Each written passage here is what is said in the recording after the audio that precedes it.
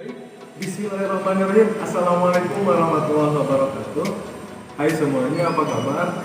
Sebelumnya izinkan saya memperkenalkan diri. Nama saya Angga Mardiansyah.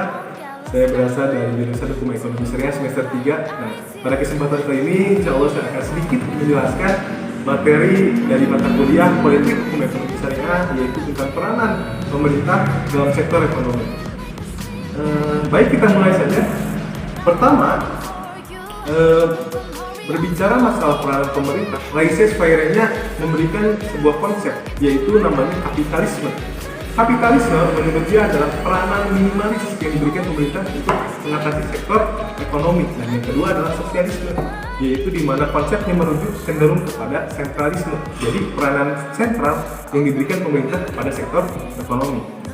Kemudian, karena kita sebagai muslim, Islam pun tidak kalah, yaitu memberikan konsep untuk memberikan kepada pemerintah peranan untuk menaungi sektor ekonomi, di mana di dalamnya memiliki tujuan untuk memberikan kehidupan yang lebih makmur, sejahtera, dan tentram, untuk mengatur masalah politik, ekonomi, dan lain sebagainya, yang tujuannya tidak lain dan tidak bukan untuk memberikan kemudahan kepada pemerintah itu sendiri untuk menaungi masalah sektor ekonomi dan memberikan kesejahteraan kepada masyarakatnya.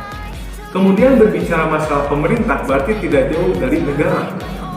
Perlu kita ketahui sebelumnya bahwasanya negara merupakan pihak atau sekumpulan orang yang memiliki wewenang untuk memberikan dasar-dasar hukum pada suatu wilayah, atau enggak memberikan sebuah norma-norma pada wilayah tersebut mengenai hukum, mengenai ekonomi, mengenai politik. Kemudian negara itu sendiri bertanggung jawab untuk memberikan jaminan, memberikan tanggungan, memberikan keamanan kepada masyarakatnya itu tersebut. Nah, kemudian mengenai negara tadi yang dibicarakan, bahwasanya dalam Islam negara juga memberikan perlu memiliki fungsi dalam perspektif Islam. Menurut Huda et al. Ada 3 fungsi, diklasifikasikan menjadi 3, cuma di sini saya akan membahas hanya 2 saja. Yang pertama adalah fungsi yang diamanahkan pada syariat, secapai kepada kemasyuran atau enggak kesejahteraan masyarakatnya. Dan yang kedua masalah fungsi dari turunan syariat yang berdasarkan pada ijtihad. Nah, yang pertama yang tadi fungsi yang diamanahkan syariat, yang pertama adalah pertahanan, di mana sebagai negara bertanggung jawab kepada masyarakatnya untuk memberikan pertahanan jikalau misalkan suatu saat negara kita dijajah atau enggak mulai ada kericuhan. Yang kedua merupakan hukum dan ketertiban, di mana di dalamnya ada norma-norma yang harus kita patuhi agar kehidupan masyarakat di negara Indonesia ini bisa berjalan dengan lancar dan teratur. Yang ketiga ada keadilan. Nah, keadilan di sini berfungsi sebagai penyeimbang antara hak dan kewajiban, agar manusia tidak acuh dan tidak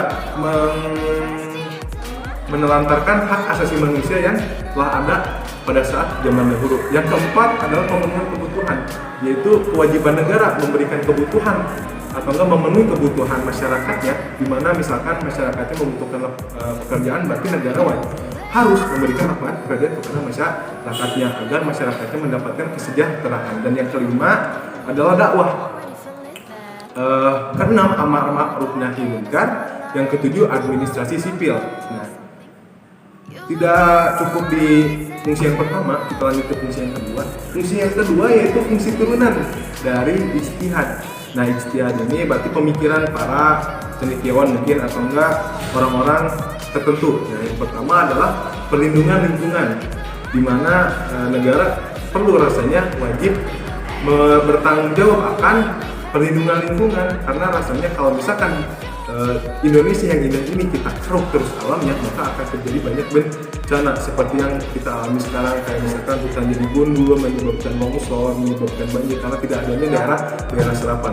Yang kedua adalah penyediaan sarana kepentingan ini, seperti misalkan adanya terminal, adanya tempat tunggu busway, atau enggak misalkan stasiun dan lain sebagainya, memberikan kenyamanan atau kemudahan kepada masyarakatnya untuk menggunakan fasilitas umum tersebut.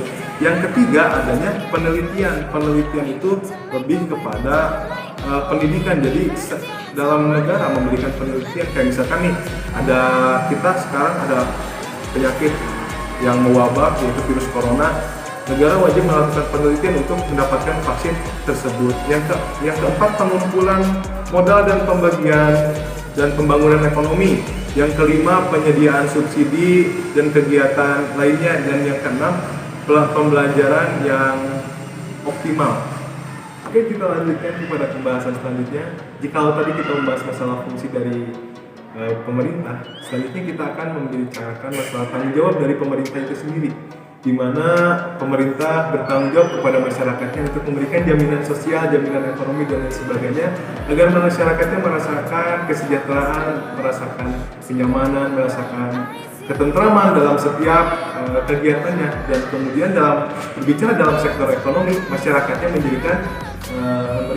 mendapatkan rasa tenang dalam melakukan setiap kegiatan ekonominya. Jadi dalam mencari nafkah atau mencari masalah perekonomian, masyarakat pun tidak akan melakukan hal-hal yang meresahkan, sehingga konflik dengan apa yang ada dalam firman Allah Subhanahu wa Ta'ala, yaitu dan janganlah kamu memakan harta sebagian dari kamu. Maka kita harus mencari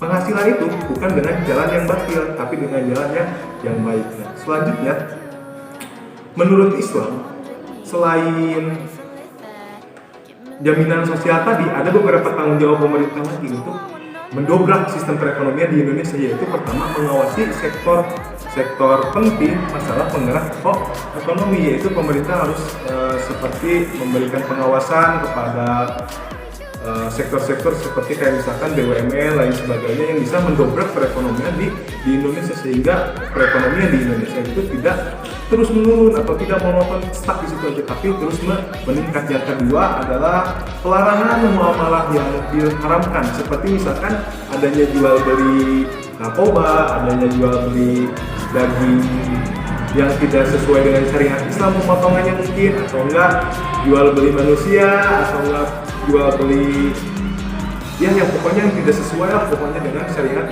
Islam. Dan yang terakhir, yang ketiga, mematok harga jika diperlukan. Jadi misalkan terjadi inflasi atau mungkin ada oknum-oknum yang curang dalam melakukan kegiatan bermuamalah sehingga melambungkan harga, meresahkan warga, rasanya pemerintah perlu bertanggung jawab di situ untuk mematok harga tersebut agar harga, misalkan harga kita ambil harga subsidi BBM atau enggak BBM, bahan baku makanan atau enggak berarti kebutuhan pokok meningkat tinggi, melambung tinggi. Nah, itulah tugas pemerintah untuk mematok harga sehingga tidak melambung tinggi dan meresahkan masyarakat. Mungkin sekian yang bisa saya jelaskan dalam video kali ini. Mohon maaf jika ada salah-salah kata, karena di sini saya masih dalam proses belajar. Mohon koreksi dan sarannya. Terima kasih. Wassalamualaikum warahmatullahi wabarakatuh.